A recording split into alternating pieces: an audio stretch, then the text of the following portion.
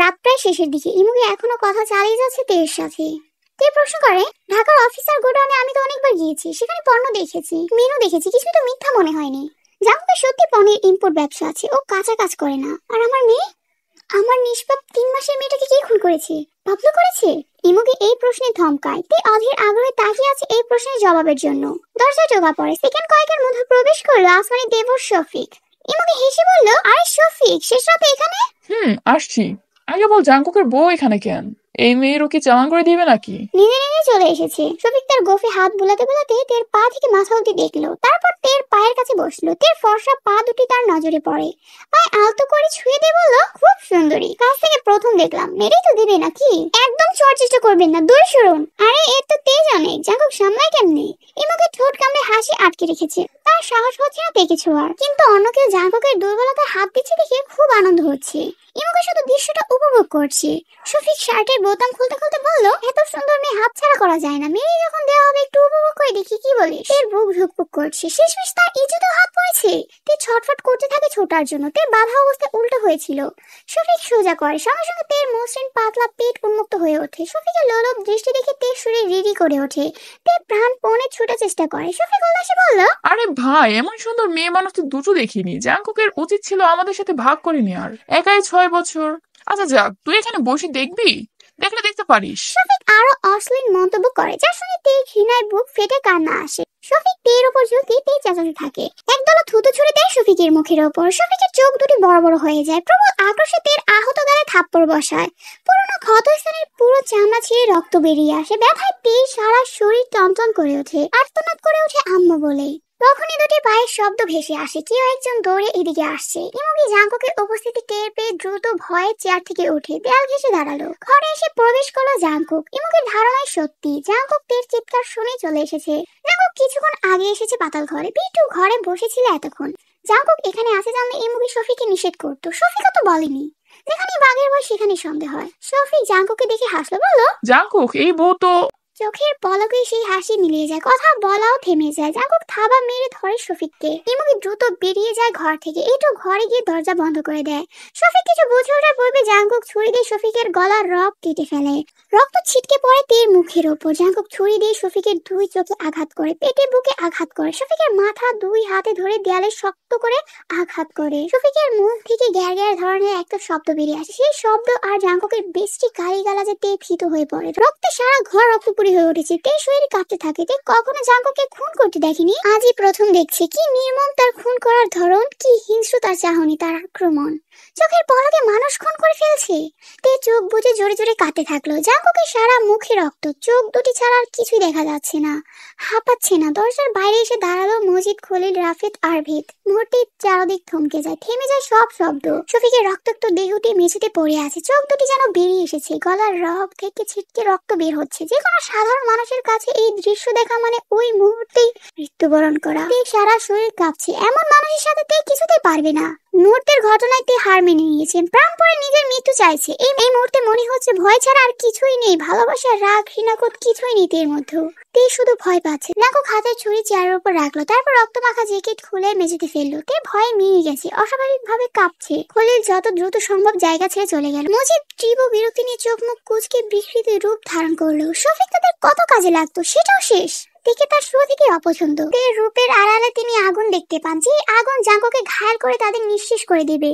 কিন্তু এই মুহূর্তে জাঙ্কুককে কিছু বলে লাভ নেই, পরে সময় করে বোঝাতে হবে। মাথায় অনেক চিন্তা নিয়ে তিনিও জায়গা ত্যাগ করলেন। জাঙ্কুক তার গায়ের শার্ট খুলে হাত মুখে রক্ত মুছে তের দিকে এগিয়ে আসলো। তিনি জাঙ্কুকের দিকে তাকানোর সাহস অব্দি পাচ্ছে না। তে খুনের দৃশ্যটা বারবার দেখছে। মনে হচ্ছে এই বুঝি জাঙ্কুক তার চোখ দুটি। না, ভাবা যাচ্ছে না। তে নিঃশব্দে কাঁদতে থাকলো। জাঙ্কুক ছুটে দূরে সরে যাওয়ার চেষ্টা করে। জাঙ্কুক 2 সেকেন্ডের জন্য থামে, তারপর জোর করে তেকে বসালো। তের হাত পায়ের বাঁধন খুলে দিল। সঙ্গে সঙ্গে তে বিছানার এক কোণে চলে গেল। জাঙ্কুক অনেকক্ষণ তের ভয় পাওয়া দেখলো, তারপর ডাকলো, তে, তে তুমি ভয় পাচ্ছ কেন?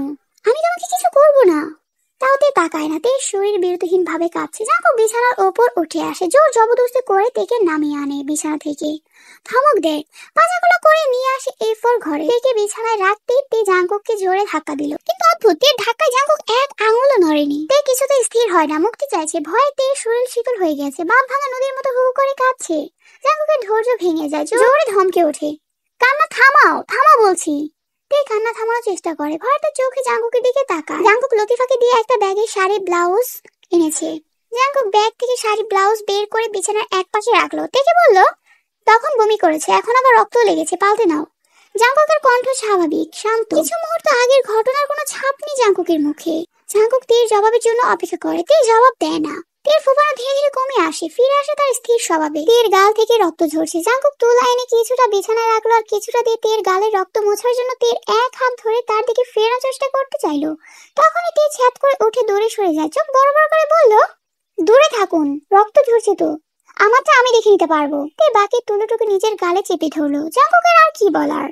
জাঙ্কুক তীরের সাথে কথা বাড়ানোর সাহস পায় না। বিছানার চেয়ে অনেকটা দূরে কাঠের চেয়ারে বসলো। দুজনে দুই দিকে চুপচাপ বসে থাকে। নিস্তব্ধ শান্ত পরিবেশের জন্য তীর নিঃশব্দে কান্না করাটা শুনতে পাচ্ছে জাঙ্কুক। জাঙ্কুক কথা বলতে গিয়ে দেখলো তার কথা পড়ছে না। আরো দুইবার চেষ্টা করার পর কথা ফুটলো। কি করবে ভেবে পাচ্ছ না? অসহায় মনে হচ্ছে নিজেকে? আনন্দ হচ্ছে আপনার? আনন্দ হওয়ার কি আছে? কিচ্ছু নেই। না, ওই লোকটিকে খুন করে নিজেকে ভালো প্রমাণ করার চেষ্টা করছেন। নিজেকে ভালো প্রমাণ করার চেষ্টা করলে তোমার কাছে ভালো হতে পারবো? আপনি আমার মাকে খুন করতে চেয়েছিলেন। আপনি আমাকে একটার পর একটা মিথ্যা বলেছেন, আর অন্যদের সাথে নৃশংসতার কথা না হয় বাদই দিলাম, তারপরও আমি আপনাকে ভালো মনে করবো? সেটাই তো বললাম। ত্রিভু ঘৃণাতে মুখ ফিরিয়ে নিল। জাঙ্কুক বলল, এসব কে বলেছে? মিথ্যে তো বলেনি। ইমুগি, সত্য তো? জাঙ্কুক উত্তর দিল না। আমার নিজেকে নর্দমার কীট মনে হচ্ছে। আপনার মতো একটা মানুষের সাথে এতদিন বসবাস করেছি আমি। গোসল করে পরিষ্কার হয়ে যাও। মজা করছেন? না। তারপর তো ঠিকই ছবেন, জোর করে অপবিত্র করে দিবেন। পুরুষ তো আপনি, পেরে উঠবে না কোনো নারী। নারী তো ভোগেরই জিনিস, ভোগ করে ফেলে দেওয়ার জিনিস। কবে তোমাকে জোর করেছি? আপনাকে ভালো মানুষ ভেবে, স্বামী ভেবে কখনো জোর করার সুযোগ দেইনি। তার মানে ভালোবেসে না? দয়া করে ভালোবাসার নাম মুখে নিয়েন না। আমার রূপে পাগল আপনি। আমার মতো সুন্দর মেয়ে আপনি দুটো দেখেননি, এজন্য রেখে দিয়েছেন, বিয়ে করেছেন, হালাল সনদের অধিকারে ভোগ করছেন। আমার এই সৌন্দর্য যদি না থাকতো কবে ছড়িয়ে দিতেন আবর্জনায়। রূপ নিয়ে অহংকার করছো? পাগল হয়ে গেছো তুমি? তাই করছি। আপনার ভাই ইমুগের মনোরঞ্জনের জন্য আমাকে তুলে আনতে গিয়েছিলেন। নিজের বউকে অন্যজনের ভোগের জন্য তুলে আনতে গিয়েছিলেন। তখন তুমি আমার বউ ছিলে, দেখার পর হয়েছে। আমার এই সুন্দর মুখ না থাকলে আমার জায়গায় কি আপনার বিলাসবহুল বাড়িতে হতো স্থায়ী রক্ষিতা হিসেবে? তোমার মনে হচ্ছে না তুমি বাড়াবাড়ি করছো? তোমার সাথে এমন কথাবার্তা চাই না। আপনি তো আমাকে আমার জায়গায় থাকতে দিলেন না। আমাকে আপনার স্তরে নামতে হবে এখন, নয়তো বাঁচবো কি করে? কয়দিন পর তো আমার বোনেদের উপরও হাত পড়বে আপনার। ব্যবসায় বিপদে পড়েছেন তো? আটপাড়ার মেয়েদের জানি আমি, কিন্তু সেই নিয়ম ভেঙে আপনি আমাকে ঠিকই তুলে আনতে গিয়েছিলেন। মেয়ের প্রয়োজনে আমার বোনদের উপর হাত দিবেন না তার কি নিশ্চয়তা আছে? যেখানে আপনি আমার মাকে খুন করতে চেয়েছিলেন। তোমার বোনদের উপর কখনো কোনো আক্রমণ আসবে না। তুমি খুব বেশি কথা বলছো। শরীরের শক্তির সাথে তো পেরে উঠি না, তাই কথা বলে মাথা খাচ্ছ। আপনার মরে যেতে ইচ্ছা করে না? এত খারাপ কাজ করার পরও নিজেকে ক্লান্ত মনে হয় না? মনে হয় না এবার থামা উচিত? অনেক কথা বলেছো, এবার গোসল করো, খাওয়া দাওয়া করে আমাকে সুযোগ দাও।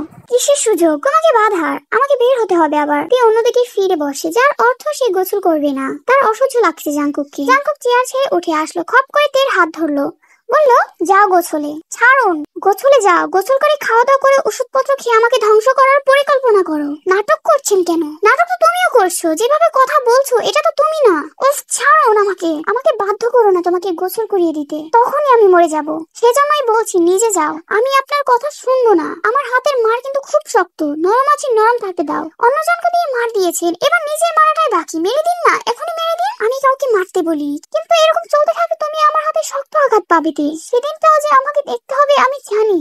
তাহলে এখন কেন দরদ দেখাচ্ছেন? নাটক করছেন কেন? তে আমার দেরি হয়ে যাবে। সময়টা আমার কাছে খুব মূল্যবান। 2 দিন ধরে ঘুম হচ্ছে না, মাথা চড়ে আছে। কথা শুনো আমার। তে কিছু বলার মতো খুঁজে না পেয়ে থুতু ছুঁড়ে মারলো। আজকের ঘটনায় জাঙ্কুক হতভম্ব। তে কথায় কথায় থুতু ছুঁড়ে দিয়েছে, যা অপমানজনক। কিন্তু জাঙ্কুক কোনো প্রতিক্রিয়া দেখালো না। জাঙ্কুক তেকে জোর করে টেনে নামালো, বলল, গোছলে যাও। তে গায়ের জোর দেখাচ্ছেন? দেখাচ্ছি। 6 বছর তো জোরে দেখিয়েছেন তোমার সম্মতিতে। জাঙ্কুকের চোখের দিকে তাকালো, শান্ত গভীর ক্লান্ত দুটি চোখ। হিংসতার বিন্দু মাত্র রেশ নেই। ঠোঁটের নিচের কাটা দাগ, এলোমেলো চুল, কপালে দারুণ দুটো ভাঁজ। উত্তপ্ত চেনা নিঃশ্বাস মুহূর্তে মনে করিয়ে দেয় প্রাণের স্বামীর কথা। কত কত আদর, সুহাগ, ভালোবাসার ছন্দ এই মানুষটিকে ঘিরে। ঘৃণার মোটা দেয়াল ভেঙে ভালোবাসার অনুভূতিটা কি অদ্ভুত ভাবেই ছুঁয়ে ফেললো থেকে। তখনই কানে ভেসে আসে ইমুকের কথাগুলো, ভেসে আসে মেয়েগুলোর চিৎকার। চোখের সামনে রঙিন পর্দাটা সরে গিয়ে হয়ে ওঠে ক্রোধী। শেষ অব্দি আমি তেই থাকবো। পারবে না, আমার সাথে তুমি পারবে না। বিশ্বাস করো, গায়ের জোরে বুদ্ধির খেলায় আমার সাথে পারবে এমন মানুষ জন্মেছে সেটা আমি বিশ্বাস করি না। তবে কোনো অনুভূতি জন্মালেও জন্মাতে পারে। জাঙ্কুকের শেষ কথাটা দেয়ালে দেয়ালে প্রতিধ্বনি তুলে। কোনো অনুভূতি কি তলোয়ারের চেয়েও ধারালো হয়? সত্যি কি অনুভূতি কারো ধ্বংসের কারণ হতে পারে? তাহলে সেই অনুভূতি তে কোথায় পাবে, যে অনুভূতি দিয়ে জাঙ্কুককে নিঃস্ব করে মৃত্যু দুয়ারে পাঠানো যাবে? শেষ হবে 200 বছরের পাপ। এমনকি তের কাছে জাঙ্কুকে এমন ভাবে প্রেজেন্ট করেছে যে তে এখন মনে করছে জাঙ্কুক শুধু তার রূপে পাগল। এমন সুন্দরী মেয়ে জাঙ্কুক আগে কখনোই দেখেনি, তাই তেকে বিয়ে করেছে। তাকে মোটেও ভালোবাসে না জাঙ্কুক। কিন্তু এটা কিন্তু মোটেও সত্যি না, কারণ যদি সত্যি হতো তাহলে পূর্বে জাঙ্কুক তের থেকেও সুন্দরী মেয়েকে রিজেক্ট করতো না। হ্যাঁ, তের থেকেও সুন্দরী মেয়ে জাঙ্কুককে পছন্দ করত। একবার জাঙ্কুক ইতালি গিয়েছিল তার ব্যবসার কাজে, তখন তার পাপের সাম্রাজ্যেরই একজন ধনী মেয়ে পার্টনার তাকে বলেছিল তাকে সব সম্পত্তি তার নামে লিখে দেবে, তাকে রাজা করে দেবে। এত কিছু শর্ত দেওয়ার পরও জাঙ্কুক মেয়েটিকে ভালোবাসতে রাজি হয়নি, মেয়েটিকে রিজেক্ট করে দিয়েছিল। তখন মেয়েটি জানতে চায় কেন তাকে রিজেক্ট করা হয়েছিল। তখন জাঙ্কুক জানিয়েছিল মেয়ের কথা। মেয়েটি তখন বলে, সে কি আমার থেকেও সুন্দর? পৃথিবীর সব নারীর থেকে সুন্দর। তার চোখ মুখ চিকচিক করে। কেমন সে? নিখুঁত, ভেতরে বাইরে ডানে বামে সামনে পিছনে সব গুণে সব পোশাকে সে নিখুঁত। তার মতো কেউ নেই, তার রূপের কোনো বর্ণনা হয় না, গুণের কোনো শেষ নেই। আমি তার ব্যাখ্যার যোগ্য নই। তোমার মতো কাউকে বইয়ের প্রশংসা করতে দেখিনি। অন্যের আমার মতো বউ নেই। জাঙ্কুক সেদিন গর্বের সাথে এসেছিল। মেয়েটি বিস্ময় নিয়ে দেখেছে যে জগতে তার বাস, সে জগতে এমন ভালোবাসা নেই, সে দেখেনি কখনো। দুপুরবেলা জাঙ্কুক তের কাছে আসে। তের হাত পায়ের বাঁধন খুলে দিল। তে বলল, দয়া করে আমাকে আর বাঁধবেন না। নিজের পায়ে নিজে কুড়াল মারার স্বভাব আমার নেই। বসে থাকতে থাকতে আমার কোমর হাড় ক্ষয় হয়ে যাচ্ছে। 2-3 দিন বসে থাকলে হাড় ক্ষয় হয় না, আমার যন্ত্রণা হয়, ঝিমঝিম করে পা। মামার বাড়িতে আসুনি, যে যেভাবে চাইবে সেভাবেই হবে। 21টা মেয়ে কি জোগাড় হয়ে গেছে? জাঙ্কুক একটা বক্সের দিকে এগিয়ে যায়। বক্সের তালা খুলে একটা ছুরি বের করলো, তারপর তের জবাব দিল, এত সহজ নাকি? এত সব ইমোজি কেন যে তোমাকে বললো? আপনি আমার মাকে কিভাবে মারতে চেয়েছিলেন? পথের কাঁটা রাখতে নেই। তে চমকে গেল, আহত হলো। জাঙ্কুক কত সহজভাবে তার মাকে উদ্দেশ্য করে বলল, পথের কাঁটা রাখতে নেই। তের কথা বলার মতো আর মন পাচ্ছে না, কষ্ট যেন শুয়ে গেছে। শুধু তীক্ষ্ণ চোখে জাঙ্কুকের পিঠের উপর তাকিয়ে রইল। জাঙ্কুক উবু হয়ে কি যেন খুঁজছে। দরজা খোলা। তে পরিকল্পনা করলো তে এখনই দৌড় দিয়ে ধরকতে চলে যাবে। যে ভাবনা সেই কাজ। তে এক পা এক পা করে এগোতে থাকে। জাঙ্কুক না দেখে তের উদ্দেশ্য করে বলল, পালাতে পারবে না। পালাচ্ছি না। জাঙ্কুক উঠে দাঁড়ালো। তের দিকে তাকিয়ে বলল, তো কোথায় যাচ্ছ? তে বিছানায় এসে বলল, আমি তো আপনার কোনো ক্ষতি করছি না, করবো না, আমাকে বাদ দিন না, অনুরোধ। ছলনার পথ নিতে চাইছো? ছলনা করবো কেন? টয়লেটে যেতে পারি না, শুতে পারি না। স্বামীর নতুন বাড়িতে এসেছি তো নাকি, একটু শান্তি তো দেবেন। অভিনয় তুমি খুব কাঁচা, হচ্ছে না তোমার দ্বারা। ভালো করে অভিনয় করো, নয়তো যা বলা সোজা সোজা বলো। তে থতমত খেয়ে গেল। তে সোজাসুজি আর কিছুই বলল না। এক রাত চলে গেছে, মানে আর 7 দিন বাকি। কিছু করতে পারবে তো? জাঙ্কুক বক্স থেকে একটা বস্তু হাতে নিল। তের দিকে ফিরে বলল, যদি এটা ধরতে পারো তোমার বর্ষার শোয়া সবকিছু ব্যবস্থা করে দেবো। কথা শেষ করে বস্তুটি তের দিকে ছুঁড়ে মারলো জাঙ্কুক। তে ধরে ফেললো। দারুণ, আমি আমার কথা রাখবো। তে বস্তুটির এক মাথা ধরে টান দিতে একটা ছুরি বেরিয়ে আসে। তে অবাক হয়ে জাঙ্কুকের দিকে তাকালো। জাঙ্কুক মনোযোগ দিয়ে বক্সের ভিতর কি যেন খুঁজেই চলেছে। তে তাৎক্ষণিক ভাবলো ছুরি দিয়ে জাঙ্কুককে ভয় দেখাবে, ভয় দেখিয়ে সবগুলো মেয়েকে বাঁচিয়ে ফেলবে। তের উত্তেজিত মস্তিষ্ক গভীরভাবে আর কিছুই ভাবলো না। পরিস্থিতিকে পানির মতো সহজ ভেবে তে ধীরে ধীরে এগিয়ে গেল। জাঙ্কুক আর চোখে খেয়াল করলো তে আসছে, আর তের হাতে ছুরি। তাও জাঙ্কুক নড়লো না, ওইভাবেই দাঁড়িয়ে রইলো। জাঙ্কুক যখন একটু দূরে, তখন তে হাঁটা থামিয়ে দৌড়ে এসে জাঙ্কুকের গলায় ছুরি ধরে বলল, সবগুলো মেয়েকে ছেড়ে দিন, নয়তো আমি আপনাকে মেরে ফেলবো। তে, এখানে শুটিং হচ্ছে না, যা বলছি করুন। করবো না, আমাকে সহজ ভাববেন না। আমি কিন্তু স্বামী বলে ছেড়ে দেবো না। এত লম্বা হয়ে কি হলো? স্বামীর গলায় ছুরি ধরতে পায়ের আঙুলের উপর ভর দিতে হচ্ছে তোমার। এবার পায়ের পাতা মাটিতে ফেলো, নয়তো আঙুল ভেঙে যাবে। গতকাল থেকে আপনি আমার সাথে মশকরা করে যাচ্ছেন। জাঙ্কুক চমৎকার কৌশলে তার জায়গায় টেকে নিয়ে আসে, আর তের জায়গায় জাঙ্কুক চলে যায়। শুধু ছুরিটা আলাদা। জাঙ্কুক বলল, তোমার হাতের ছুরি দিয়ে সুতাও কাটা যাবে না, ভোঁতা ছুরি। খেয়াল না করে আমাকে আক্রমণ করতে চলে এসেছো। মশকরা আমি করছি নাকি তুমি? বাচ্চাদের মতো আচরণ করছো। বুদ্ধি কি তোমার হাঁটুতে চলে এসেছে? গতকালের শফিকের মৃত্যুটা তোমাকে তোমার জায়গা থেকে নড়বড় করে দিল, সেখানে আমার সাথে যুদ্ধ ঘোষণা করছো? বোকামে, এখন আমি যদি তোমার গলার শিরাটা কেটে ফেলি? আমার হাতের ছুরি কিন্তু ভোঁতা না। তের মেরুদণ্ড সোজা হয়ে যায়। জাঙ্কুক এমন ভাবে চেপে ধরে ছুরি ধরেছে যে মনে হচ্ছে এখনই জাঙ্কুক তের প্রাণ নিয়ে নেবে। কিন্তু জাঙ্কুক সেটা করলো না, তেকে ছেড়ে দিল। তে ছাড়া পেয়ে দৌড়ে সরে দাঁড়ালো। জাঙ্কুক বলল, আগে ঘোর কাটিয়ে নিজের অবস্থানে ফিরে এসো। কথা শেষ করে যখনই জাঙ্কুক বের হবে, তখন তে প্রশ্ন করলো, এত মন্দ ভাগ্য কেন হলো আমার? জাঙ্কুক জবাব না দিয়ে চলে গেল। তে মেঝেতে বসে ডুকরে কেঁদে উঠলো। জাঙ্কুক হ্যান্ড কাপ নিয়ে আসলো। তের হাতে হ্যান্ডকাপ পরিয়ে দিল। তে কিছু বললো না, জাঙ্কুকও বললো না। হ্যান্ডকাপ পরিয়ে জাঙ্কুক তার মতো চলে গেল। বের হওয়ার পূর্বে আরভিদকে বলল, তের হাতে হ্যান্ডকাপ পরানো হয়েছে, যদি এখানে হাঁটাহাঁটি করে কিছু বলো না। আমি বড় দরজায় নতুন তালা দিয়েছি, চাবি একটা, আর সেটা আমার কাছে। যাই করুক না কেন বের হতে পারবে না। যদি আমাকে আক্রমণ করে? ও হাত ছাড়া কাউকে আক্রমণ করতে পারবে না, তাই নির্ভয়ে থাকবে, যা ইচ্ছা করুক পাত্তা দিবি না। মনে করবে পিঁপড়া ঘোরাঘুরি করছে। জি স্যার। মেয়েগুলোকে খাবার দেবে, আমার আসতে অনেক রাত হবে। জি স্যার। জাঙ্কুক রাফিদকে নিয়ে বেরিয়ে পড়লো। যাওয়ার পূর্বে ভালো করে সবকিছু দেখে নিল। তের দ্বারা কোনো ক্ষতি হতে পারে এমন কোনো পথ আছে নাকি? নেই। জাঙ্কুক নিশ্চিন্তে বেরিয়ে যায়। তে হাঁটুতে মুখ গুজে বসে আছে। আচমকা তার খেয়াল হলো তার হাত বন্দি, কিন্তু পা বন্দি না। দরজা খোলা। তে তড়িঘড়ি করে উঠে দাঁড়ালো, বেরিয়ে আসলো বাইরে। তে পা টিপে টিপে স্বাগতম দরজা পেরিয়ে ধরক্ত দরজার সামনে এসে দাঁড়ালো। তে দরজা ধাক্কা দিতে আরভিদ সামনে এসে দাঁড়ালো। সুগা সাইকেল নিয়ে বড় সড়কে জিমিনের জন্য অপেক্ষা করছে। তারা রায়পুরা মেলায় যাবে। আজ শেষ দিন। জিমিনের নাকি অনেক দিনের ইচ্ছা রায়পুরে মেলায় যাওয়ার, কিন্তু জিন কখনো মেলায় যেতে দেয়নি। কথায় কথায় যখন সুগাকে সে বলল তার ইচ্ছার কথা, সুগা তাৎক্ষণিক জিমিনকে জানালো, আমি তোমারে নিয়ে যাবো, কাল দুপুরে বড় সড়কে আইসা পড়বা। সুগা অপেক্ষা করতে করতে বিরক্ত হয়ে ওঠে। তখন দূরের খেতে দেখা যায় জিমিনকে, কালো বরকা পরা, ওনার আংশিক অংশ বাতাসে উড়ছে। সুগা মনোমুগ্ধ হয়ে তাকিয়ে আছে জিমিনের দিকে। জিমিন সুগার কাছে এসে হাঁপাতে হাঁপাতে বলল, অনেক দেরি হয়ে গেছে তাই না? বড় আম্মা আসতে দিচ্ছিল না? কি বললে আইসো? কিছুই না, বলেছিলাম সুরজ চাচার বাইরে যাব, তখন বলল কোথাও যাওয়া যায় নাই। আপা জানতে পারলে নাকি বড় আম্মার উপর রাগ করবে, তাই না বলে চলে এসেছি। চিন্তা করবো তো, না বলে কতবার বের হয়েছি, কিছুই হবে না। তাহলে তো হলোই, তাড়াতাড়ি ওঠো, যাইতে সময় লাগবে। সাইকেলে করে যাবো? তাইলে কি দিয়া যাইবা? হাইটে গেলে ভাই হাইতে হাইতে আজকে সারা রাত লাগবো। সুগার পিছনে থাকা খালি জায়গাটায় জিমিন তাকালো। এখানে বসলে সুগার পেয়ে জড়িয়ে ধরতে হবে। ভাবতে জিমিনের হাড় হিম হয়ে আসে। এতদিনের পরিচয় একজন আরেকজনের হাতও ধরেনি, আর আজ সেখানে এত কাছে বসে পেয়ে জড়িয়ে ধরতে হবে। জিমিন ঢোক গেলে মিনমিনিয়ে বলল, সাইকেল দিয়ে যাব না আমি। নাটক করতেছো কেন? তাড়াতাড়ি ওঠো। জিমিন আর কিছু বলতে পারলো না। সুগার পেছনে বসলো। সুগার সাইকেলের চাকায় পা দিতেই জিমিন খামচে ধরে সুগার শার্ট। সুগার সর্বাঙ্গে একটা অজানা অচেনা সুন্দর অনুভূতির উথাল পাতাল ঢেউ শুরু হয়। জিমিনের বুকে ড্রিম ড্রিম শব্দ হচ্ছে। নিঃশ্বাস এত বেশি এলোমেলো হয়ে পড়ে যে জিমিনের মনে হচ্ছে এখনই সে মারা যাবে। সুগার আটপাড়া পার হয়ে জিমিনের উদ্দেশ্যে বলল, কাঁপতেছো কেন? জিমিন কিচ্ছু বলতে পারলো না। কি লজ্জা, সে কাঁপছে, সেটাও সুগা টের পাচ্ছে। পথে কোনো মানুষ দেখা যাচ্ছে না। জিমিন দূরে চোখ রেখে চুপ করে রয়েছে। সুগা বলল, জিমিন, জিমিন। কি? আমার হাত পা অবশ হয়ে যাইতেছে কেন? আমারও। সাইকেল থেমে গেল। সুগা জিমিনকে বলল, নামো। জিমিন নামলো। সুগা বলল, সাইকেল দিয়ে আর যাওয়া যাইব না, দূরে থাকা ভালো, তোমার ছোঁয়া বিজলির মতো বাড়তাছে আমার শরীরে। সুগার কথা শুনে জিমিনের খুব হাসি পেল। জিমিন হাসি আটকে রাখলো না, হেসে ফেললো। হাসো হাসো, হাসবাই তো, আরেকটু হলে মরেই যেতাম। জিমিন সশব্দে হেসে উঠলো। সুগা বলল, হয়েছে, আর হাসা লাগবো না, হাঁটো। মাঠের মাঝখান দিয়ে যাই, কি বলো? তাড়াতাড়ি যেতে পারবো। জিমিন হ্যাঁ সূচক মাথা নাড়ালো। বলল, সাইকেল কি করবেন? হাত দিয়ে ঠেলে নিয়ে যাব। দুজন তাড়াতাড়ি পা চালিয়ে রায়পুরা চলে আসে। মেলায় ঢুকতে আসরের আজান পড়ে যায়। জিমিনের মাথায় যেন বাজ পড়ে। আসরের আজান পড়ে গেছে? বাড়ি কখন যাব? একটু পর তো সদা হয়ে যাবে। আসুন চলে যায়, মাত্রই তো আইলাম। কিছু কিনা এরপর যাবো।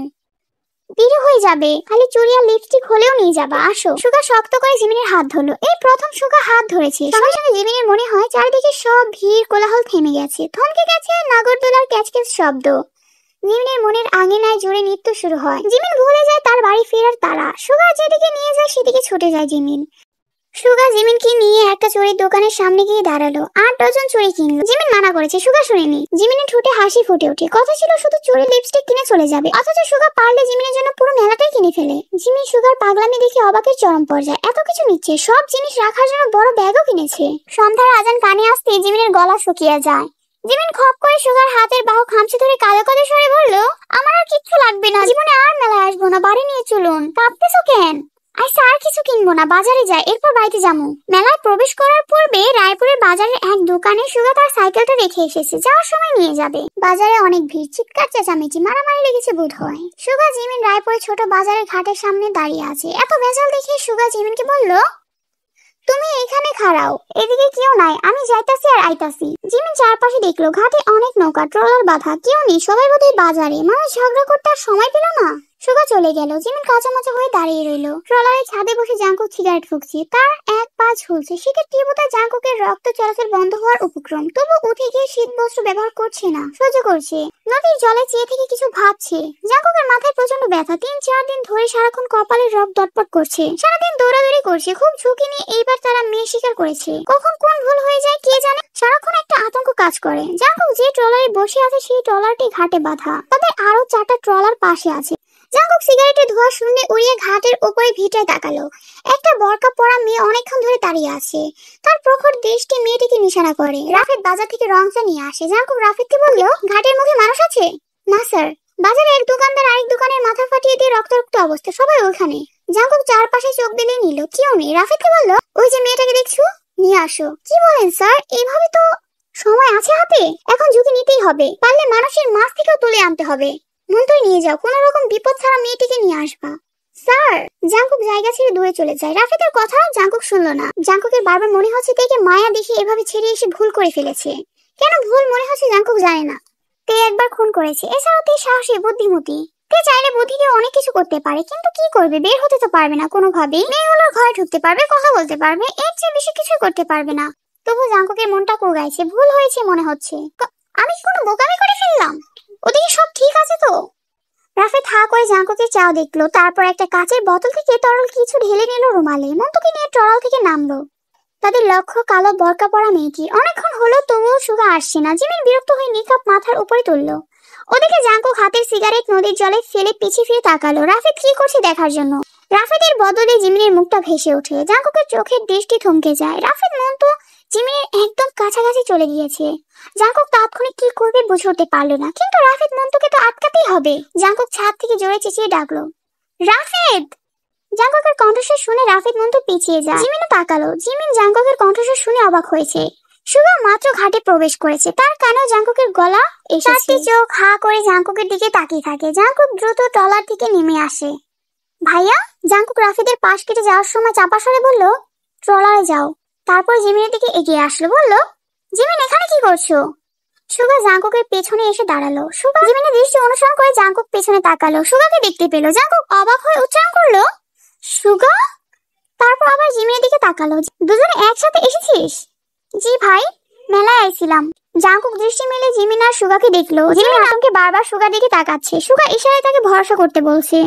জাঙ্কুকের কেন জানি হাসি পাচ্ছে, কিন্তু চোখে মুখে গাম্ভীর্য রেখে বলল, একদম ঠিক করেনি জিমিন, এভাবে রাতের বেলা এত দূরে চলে এসেছো, আবার অজানা অজানা একজন ছেলের সাথে। জিমিনের বুক ধুকপুক করছে। জাঙ্কুক যেহেতু জেনেছে, তেও জানবে, আর তারপর কি হবে জিমিন ভাবতে পারছে না। সুগা জিমিনের অবস্থা বুঝতে পেরে জাঙ্কুককে বলল, ভাই ও আসতে চাইনি, আমি জোর করেছিলাম। জিমিন কি তোর চেয়ে আমি ভালো চিনি, নিজের ইচ্ছা এসেছে নাকি কারোর কথায় সেটা আমি বুঝতে পেরেছি। এর একটা বিহিত করতে হবে, নালিশ বসাবো আমি। ভাই তুই থাম সুগা। জিমিন আমার বোন, আমার বোন নিয়ে আমি কি করব সেটা আমার ব্যাপার। আমি আর আসবো না ভাইয়া। জিমিনের মুখের প্রতিক্রিয়া দেখে জাঙ্কুক সশব্দে হেসে উঠলো। পেট চেপে ধরে হাসতে থাকলো। কতদিন পর এভাবে মন খুলে হাসছে জাঙ্কুক, কে জানে। জাঙ্কুকের হাসি দেখে জিমিনের কান্না থেমে যায়। সুগা অবাক হয়ে শুধু দেখছে জাঙ্কুককে। প্রথমে জিমিন হুট করে কান্না শুরু করে দিল, এখন জাঙ্কুক হুট করে পাগলের মতো হাসছে। হাসতে হাসতে জাঙ্কুকের চোখে জল চলে আসে। জাঙ্কুক অনেক কষ্টে হাসি চেপে ধরে বলল, কাঁদতে হবে না, আমি কিছুই করব না। প্রেম করা যায় আর ধরা পড়লে কাঁপাকাঁপি? আমাদের মধ্যে প্রেম টেম নেই ভাইয়া। সে কি কি যুগ আসলো? প্রেম ভালোবাসা ছাড়াই এখন ছেলে মেয়ে একসাথে রাতের বেলা মেলায় আসে। বন্ধু বন্ধু হই আমরা। তাই নাকি?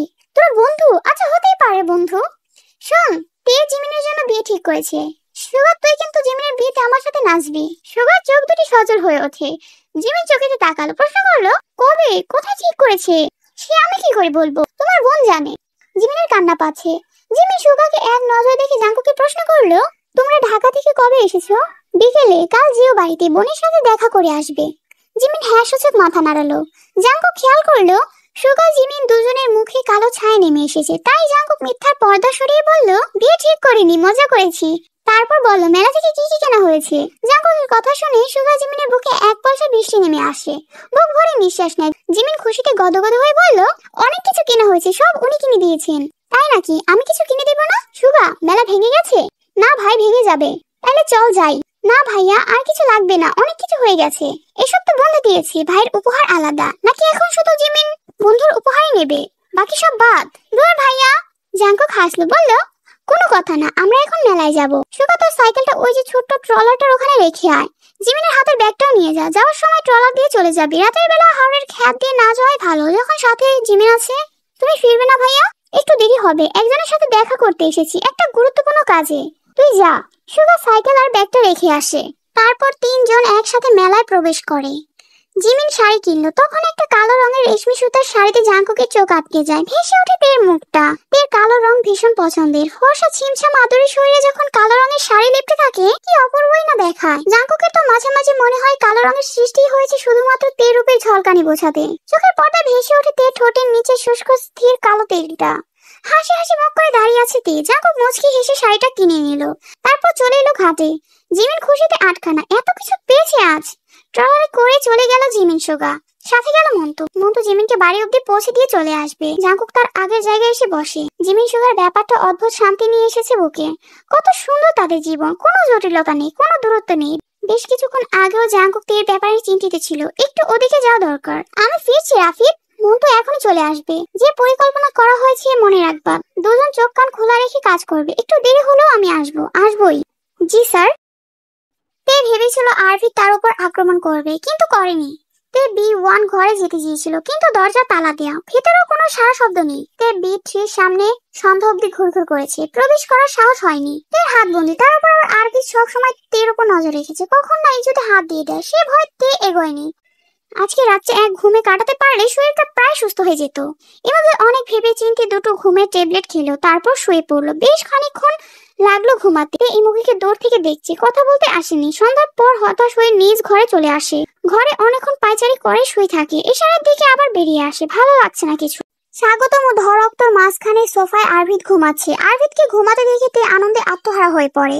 পা টিপে টিপে সাবধানে ধরক্তে প্রবেশ করে, তারপর দ্রুত হেঁটে B3-তে চলে আসে। মেঝেতে পড়ে আছে অনেকগুলো মেয়ে, তাদের হাত পা মুখ বাঁধা। 2-3 জন ঘুমাচ্ছে, বাকিরা তের দিকে বড় বড় চোখ করে তাকিয়ে আছে। তে দ্রুত তাদের দিকে এগিয়ে গেল। কোনো মতে একটা মেয়ের হাতের বাঁধন খুললো, পরে ওই মেয়েটিকে বাকিদের হাতের বাঁধন খুলে দিতে বলল। মেয়েটি খুলেও ফেললো। প্রতিটি মেয়ে অবাক হয়ে দেখছে। অসম্ভব সুন্দর তের উপর থেকে তার চোখ সরাতে পারছে না। মনে হচ্ছে বিধাতা কোনো দূত পাঠিয়েছেন। তে সবাইকে কথা বলতে নিষেধ করেছে। তে মনে মনে প্রার্থনা করছে কেউ যেন না আসে, আর তারা সবাই যেন বেরিয়ে যেতে পারে। জাঙ্কুকের বোকামি, সে তেকে ছেড়ে গিয়েছে। এই বোকামি আর কখনো জাঙ্কুক করবে। এই সুযোগটা আজ কাজে লাগাতে না পারলে সব শেষ। মেয়েগুলোর মধ্যে কেউ কেউ উত্তেজনায় কাঁপছে। তে সবার উদ্দেশ্যে বলল, সামনে একজন লোক বসে আছে, সে ঘুমিয়ে আছে। যদি সজাগ হয়ে যায় সবাই আক্রমণ করবে, ভয় পাবে না। এই যে তুমি আর তুমি আমার সাথে একটু আসো, বাকিরা চুপচাপ দাঁড়িয়ে থাকো। দুটো মেয়ে তের সাথে যায়। তে B5-এ চলে আসে। বিকেলে যখন এদিকে হেঁটেছিল, ঘরের এক কোণে তে লাঠি আর পাথর দেখেছিল। মেয়ে দুজনকে বলল, লাঠিগুলো নাও আর পাথর 3টাই নিয়ে নাও। 3জন আবার B3-তে চলে আসে। তে সবার উদ্দেশ্যে বলল, কাদের সাহস বেশি? কাউকে আঘাত করার মতো সাহস কার কার আছে? 6জন মেয়ে হাত তোলে। তারা হাতে লাঠি আর পাথর তুলে নেয়। তে বলে, যখনই আক্রমণ করতে বলবো তখনই আক্রমণ করবে। শরীরের সবটুকু শক্তি দিয়ে যেভাবে পারো আঘাত করবে। যদি তোমরা না পারো তবে বিদেশে তোমরা পাচার হয়ে যাবে। সেখানে তোমাদের অনেক খারাপ কাজ করতে হবে। যাদের হাতে অস্ত্র নেই তারা দাঁত আর নখ কাজে লাগাবে। মেয়েগুলো বাধ্যের মতো মাথা না। সবাই সাবধানে B3 থেকে বেরিয়ে আসে। সামনে তে ধরকের দরজা পেরোবার সময় মেয়েগুলো ধাক্কাধাক্কি করে। ধাক্কা খেয়ে একটা মেয়ে মেঝেতে পড়ে যায়, আর্তনাদ করে ওঠে। আরভি চোখ খুলে সামনে এতগুলো মেয়েকে দেখে হকচকিয়ে যায়। সে কখন ঘুমিয়ে পড়েছে নিজেও জানে না। তে উঁচু কণ্ঠে চিৎকার করে ওঠে, সবাই এই লোকটিকে আক্রমণ করো। স্বাস্থ্যবান মেয়েটি সবার আগে ঝাঁপিয়ে পড়ে, লাঠি দিয়ে আরভিদের পিঠে আঘাত করে। আরভিদ পড়ে যায়, সবাই মিলে ঝাঁপিয়ে পড়ে। আরভিদ মেয়েগুলোকে ধাক্কা দিয়ে সরানোর চেষ্টা করে, কিন্তু 15টা যুবতীর মেয়ে তো কম কথা নয়। সে কিছুতে পেরে ওঠেনি। যাদের হাতে অস্ত্র নেই তারা লাঠি দিতে থাকে অনবরত। একটা মেয়ে তের কথা মতো বড়সড় পাথর দিয়ে আরভিদের মাথায় আঘাত করে। রক্তাক্ত আরভিদ নিস্তেজ হয়ে যায়। মেয়েগুলো থামে, হাঁপাতে থাকে। তে দরজার সামনে এসে চাবি খুঁজতে থাকে, চাবি নেই। দ্রুত আরভিদের কাছে আসে, তার প্যান্ট ও শার্টের পকেটেও চাবি নেই। নিঃশ্বাস বন্ধ হয়ে আসে, আর এক ধাপের জন্য তারা আবার আটকে যাবে। তে দুটো মেয়েকে নিয়ে পুরো পাতাল ঘর তন্ন করে চাবি খুঁজে। যেসব চাবি পেয়েছে একটাতেও দরজা খোলে না। মেয়েগুলোর মধ্যে যে আনন্দ এসেছিল তা হারিয়ে যায়। তেও ভেঙে পড়ে। তে মেয়েগুলোকে আশ্বাস দেয়, কিচ্ছু হবে না, আমরা পারবো। শোনো সবাই, আমরা দরজার মুখে দাঁড়িয়ে থাকবো। যখনই কেউ দরজা খুলবে তার উপর ঝাঁপিয়ে পড়বো আমরা। এই লোকটার মতো অবস্থা করে সবাই পালাবো। এখন যেভাবে সবাই একসাথে কাজ করছো তখনও করবে, ঠিক আছে? মেয়েগুলো মাথা নাড়ালো, তারা প্রস্তুত। 10 মিনিট, 20 মিনিট, 30 মিনিট পর দরজা খোলার শব্দ শোনা গেল। সবার হৃদস্পন্দন থেমে যায়। তে সবার দিকে তাকিয়ে চোখের ইশারায় আক্রমণ করতে বলে। দরজা খুলতেই সবগুলো মেয়ে হৈ হৈ করে ঝাঁপিয়ে পড়ে। খলিল 2 হাতে নিজেকে বাঁচানোর চেষ্টা করে। জাঙ্কুক পিছনে ছিল। জাঙ্কুক এসে দেখে বাইরে খলিল মুজিব দাঁড়িয়ে আছে। চাবি তাদের কাছে নেই। জাঙ্কুক খলিলের হাতে চাবি দেয়। খলিল দরজা খুলতে এতগুলো মেয়ে ঝাঁপিয়ে পড়ে। দৃশ্যটা দেখে জাঙ্কুকের চোয়াল শক্ত হয়ে যায়। উত্তেজিত হয়ে মজিদকে বলল, আব্বা সামনের দরজা বন্ধ করো। মজিদ সামনের দরজা বন্ধ করতে চলে যায়। জাঙ্কুক এগিয়ে আসে। দীর্ঘদিন তুষ্টপুষ্ট জাঙ্কুক দুই হাতে মেয়েগুলোকে ঠেলে ভেতরে ঢুকিয়ে দেয়। দুজন মেয়ে লাঠি দিয়ে জাঙ্কুককে আঘাত করতে যায়। জাঙ্কুক দুই হাতে দুটো লাঠি ধরে ফেলে। লাঠি সহ মেয়ে দুটোকে ধাক্কা দিয়ে দূরে সরিয়ে দেয়। জাঙ্কুকের চোখ দুটি থেকে রাগ ক্রোধ আক্রোশে ঝরছে। একটা মেয়ে জাঙ্কুকে দেখে পাথর ছুঁড়ে মারে। পাথরটি জাঙ্কুকের ঘাড়ে পড়ে। ইমুকে ঘাড়ে আঘাত করার বোধহয় 3 সপ্তাহ কাটেনি। আবার পাথরের আঘাত পেয়ে ঘাড়ের কালো আস্তরণ সরে গিয়ে গলগল করে রক্ত বেরিয়ে আসে। তের জন্য কেনা শাড়িটি জাঙ্কুকের গলায় ঝরিয়ে রেখেছিল। আসার পথে ট্রলারের ছাদে বসে শাড়িটা দেখছিল জাঙ্কুক। শাড়ির ব্যাগ পাশে রেখেছিল। কখন যে ব্যাগটা উড়ে যায় টের পায়নি জাঙ্কুক। যখন টের পেল কিছু করা ছিল না, তাই জাঙ্কুক গলার মাফলারের মতো পেঁচিয়ে রেখে দেয় শাড়িটিকে। তার তেই তো পড়বে। জাঙ্কুকের রক্তে শাড়িটি ভিজে যায়। জাঙ্কুক ঝড়ের গতিতে ঘূর্ণিপাকের মতো প্রতি মেয়েকে আঘাত করে দুর্বল করে দেয়। তে বিস্ময়ে হতভম্ব হয়ে পড়েছে। জাঙ্কুক তার রক্তচক্ষু দিয়ে তের দিকে তাকায়। তের হৃৎপিণ্ড কেঁপে ওঠে। তে কিছু বুঝে ওঠার পূর্বে জাঙ্কুক তের দিকে তেড়ে আসে। শাড়িটি দিয়ে তের গলা পেঁচিয়ে জোরে টেনে ধরে। তারপর কিরমির করে বলে, ছলনাময়ী। জাঙ্কুকের নিঃশ্বাস থেকে যেন বিষ ঝরছে। আজরামের রূপ ধারণ করেছে জাঙ্কুক। তের দুই হাত বন্দি। নিজেকে রক্ষা করার কোনো পথ নেই। তে ছটফট করতে থাকে। একবার জাঙ্কুকের দিকে তাকাতে ইচ্ছে করে, কিন্তু তার পূর্বে চোখ দুটি উল্টে যায়। বুকে ব্যথা শুরু হয়। চোখ বেয়ে জল গড়িয়ে পড়ে। নিঃশ্বাস আটকে যায়। মৃত্যু তের খুব কাছে। আর একটু সময়। তে কালিমা পড়ার চেষ্টা করে। মৃত্যুর আগে তে কালিমা পড়তে চায়। অস্পষ্ট ভাবে তের মুখে ইন্নালিল্লাহ উচ্চারিত হয়। জাঙ্কুকের কানে শব্দটি আসতে তার হাত দুটি কেঁপে ওঠে। ছেড়ে দেয় তের গলা। তে লুটিয়ে পড়ে মেঝেতে, চোখ আধ বোঝা। ঘন ঘন নিঃশ্বাস নিচ্ছে। হাঁপুড়ের মতো বুক ওঠানামা করছে। কষ্টে পুরো শরীর মুছড়ে যাচ্ছে। গলা নীল হয়ে গেছে। পাতার পর নিস্তব্ধতায় ছেয়ে গেছে। কোনো সারা শব্দ নেই। বীজ শীতে মেয়েগুলো বাধা অবস্থায় পড়ে আছে। তে A1-এর পালঙ্কে শুয়ে আছে। তে শরীরে বিন্দু মাত্র শক্তি নেই। বিটু দরজার পাশে দেয়াল ঘেঁষে বসে আছে জাঙ্কুক। জাঙ্কুকের চাহনি এলোমেলো, মস্তিষ্ক অন্যমনস্ক। এক টুকরো ছোট পাথর কামড়াচ্ছে জাঙ্কুক। পাথরটা দিয়ে নিজের দাঁতে আঘাত করছে। মজিদ তীক্ষ্ণ চোখে অনেকক্ষণ যাবৎ জাঙ্কুককে পরখ করছে। তিনি জাঙ্কুকের হাবভাব বোঝার চেষ্টা করছেন। জাঙ্কুকের দুই হাত অনেকক্ষণ ধরে কাঁপছে। এমনকি জাঙ্কুকের শরীরও কাঁপছে। জাঙ্কুক দুই হাতে মাথা চেপে ধরে সেজদার মতো উবু হয়ে আছে। আর্তনাদের মতো শব্দ করে মুখে। দুই হাতে মেঝে খামচে ধরার চেষ্টা করে। খোলা কিছু বলতে চাইলে মজিদ আটকে বলল, এখন কোনো শব্দ করা ঠিক হবে না, ওর মাথা ঠিক নেই। জাঙ্কুক সোজা হয়ে বসে। জাঙ্কুকের চোখ দুটি রক্তের মতো লাল হয়ে গেছে। মেঝেতে শুয়ে দুই হাতে নিজের চুল টেনে ধরে। কিছু একটা ভাবছে। দেখে মনে হচ্ছে সমুদ্রের অতলে জাঙ্কুক হারিয়ে যাচ্ছে। পানি খেতে খেতে নিঃশ্বাস বন্ধ হয়ে আসছে। কোন দিকে সাঁতরে কিনারা পাওয়া যাবে ঠাউর করতে পারছে না জাঙ্কুক। মজিদ খল্লিকে নিয়ে সরে যায়। জাঙ্কুক উঠে দাঁড়ায়। ঘরে পায়চারি করে। ঘন ঘন নিঃশ্বাস ছাড়ে। ঘাড়ে রক্ত শুকিয়ে গেঞ্জির সাথে লেপ্টে আছে। জাঙ্কুক চেয়ারে বসে হেলান দিল। চোখ বুঝতে ভেসে ওঠে পুরনো মুহূর্ত। আকাশে লক্ষ লক্ষ তারা। আকাশের নিচে পদ্মনীরের ছাদে জাঙ্কুক দাঁড়িয়ে আছে। দেখে দুই হাতে শক্ত করে জড়িয়ে ধরে। মৃদু কোমল বাতাসে সাক্ষী রেখে তে বলেছিল, পৃথিবীর শ্রেষ্ঠ পুরুষ স্বামীটি আমার, তাই প্রতিটি মেয়ের আমাকে হিংসা করা উচিত। জাঙ্কুক দ্রুত চোখ খুলে ফেলে। জাঙ্কুকের শরীর বেয়ে ঘাম ছুটছে। অস্থির অস্থির বটল থেকে পানি বের করে খেলো। তারপর বড় বড় করে নিঃশ্বাস ছাড়লো। এক কোণে পড়ে থাকা শাড়িটা হাতে নিয়ে আগুন ধরিয়ে দিল। যতক্ষণ না পড়ে ছাই হয়েছে ততক্ষণ এক দৃষ্টিতে তাকিয়েছিল জাঙ্কুক। ঠোঁট অদ্ভুত ভাবে জাঙ্কুক কি কাঁদতে চাইছে? মজিদ চেয়ারে বসে সিগারেট ধরালেন। খলিল বলল, জাঙ্কুকের হাবভাব তো ভালো না ভাই। জিওপের মতো না কাম করে লাই। এরকম হবে না। জাঙ্কুক কখনো নিজের তৈরি সাম্রাজ্য ছাড়বে না। তুই বের হয়ে যা। মন্তরা বসে আছে। আচ্ছা ভাই। খলিল বেরিয়ে যায়। জাঙ্কুক A1-এর দরজার সামনে এসে দাঁড়ালো। স্বাভাবিক হতে মাঝরাত অবধি সময় লেগেছে। দরজার বাইরে থেকে উকি দিয়ে দেখলো তে কি। অন্যদিকে মুখ ফিরিয়ে শুয়ে আছে তে। জাঙ্কুক দরজা ঠেলে ঘরে ঢুকলো। তে দরজা খোলার শব্দ শুনেও ফিরে তাকালো না। জাঙ্কুক কথা বলতে গিয়ে আবিষ্কার করলো জাঙ্কুকের কথা আসছে না। গলা বসে গেছে। জাঙ্কুক তের পায়ের কাছে গিয়ে বসলো। জাঙ্কুক তের পায়ে হাত দিল। তে পা সরিয়ে নেয়নি। জাঙ্কুক বেশ খানিকক্ষণ মুহূর্ত বসে থাকে সেখানে। তারপর বলল, সকালে আমরা অন্দরমহলে যাব। তে জবাব দিল না। জাঙ্কুকের এখানে বসে থাকতে অস্বস্তি হচ্ছে। মনে হচ্ছে সে যতক্ষণ এখানে বসে থাকবে তে নিঃশ্বাস নিতে পারবে না। তাই বেরিয়ে যেতে উঠে দাঁড়ালো। দরজার বাইরে পা রাখতেই তে শান্ত কণ্ঠ ভেসে আসে, এই শক্তি আর মেধা ভালো কাজে লাগালে এর চেয়েও বড় রাজত্ব পেতেন, ভিস্ত পেতেন, পরিবার পেতেন। জাঙ্কুক শুনেও না শোনার ভান করে দরজা ছেড়ে A1-এর বাইরে দেয়াল ঘেঁষে দাঁড়ালো। সেখানে উপস্থিত হলেন মজিদ। জাঙ্কুককে উদ্দেশ্য করে মজিদ বললেন, কুকি এদিকে আয়। জাঙ্কুক মজিদ একসাথে সোফায় এসে বসে। জাঙ্কুক ক্লান্ত। 2 দিন পর শুক্রবার, মনে আছে তো? জাঙ্কুক মনে করার চেষ্টা করলো। শীতে তারা শীত বস্ত্র বিতরণ করে। এই নিয়ে বড় সমাবেশ হয়। কত কত গ্রাম থেকে মানুষ আসে। জাঙ্কুক নির্বিকার স্বরে বলল, মনে আছে। দেখিস তেই যেন কোনো ভেজাল না করে। আর কি ভেজাল করবে? হ্যাঁ, মেরে তো ফেলেছিলাম। আর একটু হলে মেরে ফেললে খুশি হবে। মারবি কেন? তোর বউ তোর কাছে রাখবি। শুধু একটু খেয়াল রাখতে বলেছি। কিছু করবে নাও। আমি দ্বিতীয়বার আর ভুল করব না। না হলে ভালো। দ্রুত পায়ে চলে আসে ইওয়ানে। ঘরে আবছা আলো, তে ঘুমাচ্ছে, তের হাতে হ্যান্ডকাপ রয়ে গেছে। জাঙ্কুক জুতা খুলে হেঁটে আসে, নয়তো শব্দ শুনে তে উঠে যাবে। জাঙ্কুক টের পায় তার দুই পা কাঁপছে, প্রবল জড়তা কাজ করছে। তাদের আলাদা দুই পথ এক হতে চাইছে না। একজন মানুষ হয়ে দুই সত্তা নিয়ে বাঁচা যায় না, দুই সত্তা বড় যন্ত্রণার। জাঙ্কুক তের পায়ের কাছে বসলো, ফর্সা দুটি পা স্থির হয়ে আছে। জাঙ্কুকে লুটিয়ে পড়তে ইচ্ছে করছে, কিন্তু ছুলো না। তের মুখের দিকে চেয়ে রইল অনেকক্ষণ। পৃথিবীর একমাত্র অদ্ভুত মানুষটি বুঝি সে। জাঙ্কুক বিছানায় উঠে বসে, তের গলার দাগটা দেখার চেষ্টা করে। তে জেগে যায়। জাঙ্কুকের মুখটা ঝুঁকে আছে তের উপর। তে সরে যাওয়ার চেষ্টা করতে জাঙ্কুক তেকে জড়িয়ে ধরে। জাঙ্কুক তের বুকে মাথা রেখে শক্ত করে জড়িয়ে ধরে রাখে। শুনতে পায় তের বুকের ধুকধুকানি। তে চমকে যায়। পিনপত নীরবতা বিরাজ করছে, উত্তপ্ত নিঃশ্বাসের শব্দ ছাড়া কিছুই নেই। তে ঢোক গিলে বলল, আপনার রাজত্বে এসে আপনার সাথে পেরে ওঠা আমার পক্ষে সম্ভব নয়। তবে এতটুকু তো বলতেই পারি, আপনার ছোঁয়া আমার কাছে সব থেকে নোংরা, অপবিত্র। জাঙ্কুক জবাবে কিছু বলল না, চুপচাপ সরে গেল। অন্যদিকে ফিরে শুয়ে রইল। তে জাঙ্কুকের পিঠের দিকে তাকায়, বুকটা হাহাকার করে ওঠে। এতক্ষণ তো তে শক্তই ছিল। জাঙ্কুকের প্রতি তার বিন্দুমাত্র ভালোবাসা আসেনি, মায়া আসেনি। এখন কেন এমন হচ্ছে? জাঙ্কুকের সাথে সাথে নিজের প্রতিও ঘৃণা চলে আসে তের।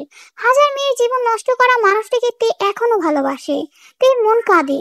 তে ছাদের মেঝেতে তাকিয়ে মনে মনে জিনকে বলল, তোমার মেয়ে এত খারাপ মানুষ কি করে হলো আম্মা? আমি পাপিকে ভালোবেসে পাপ করেছি, ক্ষমা করে দিও আমাকে। ক্ষমা করতে না পারলে অভিশাপে পড়িয়ে ছাই করে দিও। তের দুই চোখ বেয়ে জল গড়িয়ে পড়ে।